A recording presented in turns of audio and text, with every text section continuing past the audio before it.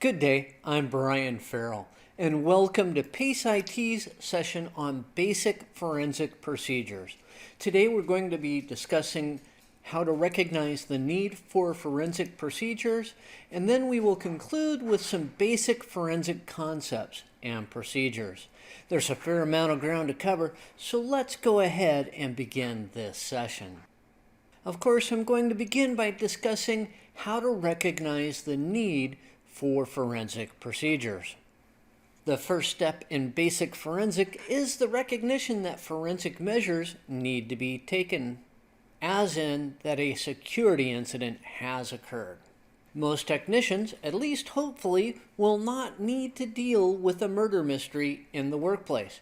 However, it is almost a certainty that they will have to deal with some type of security or legal issue, especially when supporting an organization's network. This will often require using a first response that includes forensic procedures. The response to security and legal issues needs to be done in a manner such that evidence is recorded and preserved. The first step is recognizing that something has occurred which needs to be documented and that evidence needs to be collected and preserved. With that, let's discuss some basic forensic concepts and procedures.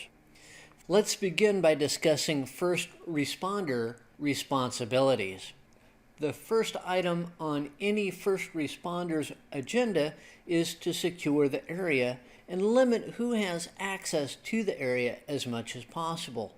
Do not power down computer systems at this time. Securing the area and limiting access is done to protect possible evidence from being contaminated. Document anyone who has access to the area after it has been secured. If necessary, at least to stop an ongoing computer attack, it is permissible to unplug the network cable. First responders need to document the scene thoroughly, including what is on any computer monitors. Video capture can be used to document the scene. Polaroid type pictures, not digital pictures, work well as evidence. It may also be necessary to diagram the area. The first responders should interview any witnesses as soon as possible. And finally, the first responders need to start the electronic evidence collection process by order of volatility. So let's discuss the order of evidence volatility. Electronic evidence is volatile and easily corruptible just because of what it is. So the order of collection is vital. And the collection process needs to be done from most volatile to least volatile. The most volatile of all electronic evidence is the contents of memory or the contents of RAM. There is software out there that will allow a first responder to dump the contents of RAM into a secure file to be collected as evidence. Next up are swap files. They're not as volatile as random access memory, but they're still very temporary in nature. Next up is network processes. All network processes that are active on the affected system or systems need to be recorded. And then the same needs to occur with system processes. Then there's file system information. This needs to be collected, including the attributes of all files. And finally, raw disk blocks. This is all of the contents on all of the disk drives of all of the affected systems. After isolating the affected system or systems from the network, a bit level image of the system needs to be created. When creating the bit level image, it is necessary to create the proper timestamps. Have the recording system match the time offset of the target system. It is necessary to create 2 copies of the bit level image and to create a message digest of those images. This is to be able to prove later that the images have not been tampered with. One of the images should be securely stored and kept as evidence. The other image can be examined in detail. So there are 2 different types of system image. You can do a live system image or a static system image. With a live system image, this is capturing the system image before the system is powered down. This can be used to capture highly volatile evidence. There is a warning though, a live system image may change the target system's data structure. which will result in a change in the evidence. A static system image, on the other hand, is capturing a bit-level system image after the system is powered down. The hard drive or drives are removed from the system and connected to a forensic workstation with a write blocker placed between them. The write blocker prevents any changes from occurring on the target drive as its image is captured. All evidence requires a chain of custody.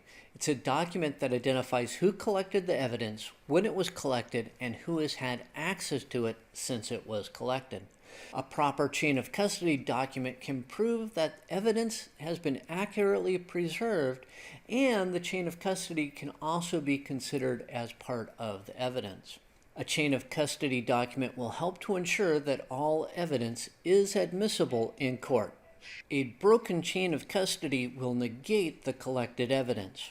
A first responder should create a tracking log. This documents all the steps taken from the beginning of the initial incident response all the way through the end. This tracking log can also show all the steps taken during the forensic process. It can be used to help track internal resources expended on the incidents as well. And these resources can include both man-hours and other expenditures. This tracking log can also be used to justify expenses for management or clients. A type of forensic evidence that's often overlooked are network traffic files and log files. These create a history of events, which is a good source for determining what has occurred on a computer. Network traffic logs and browser history files can show where the system went on the internet and what actions were taken. Log files, as in system log files, application log, or security logs, can help to determine what has occurred with a system. And finally, there's big data analysis. There needs to be recognition that in some situations, big data analyst tools may be required. Big data in this situation refers to any set of data that is too large to analyze with typical data management tools. An example of this would be when analyzing data from a security incident at a financial institution. This can involve multiple exabytes of data. Now that concludes this session on basic forensic procedures. I began by discussing how to recognize the need for forensic procedures, and then I concluded with a brief discussion on basic forensic concepts and procedures. On behalf of PACE IT, thank you for watching this session, and I hope to do another one soon.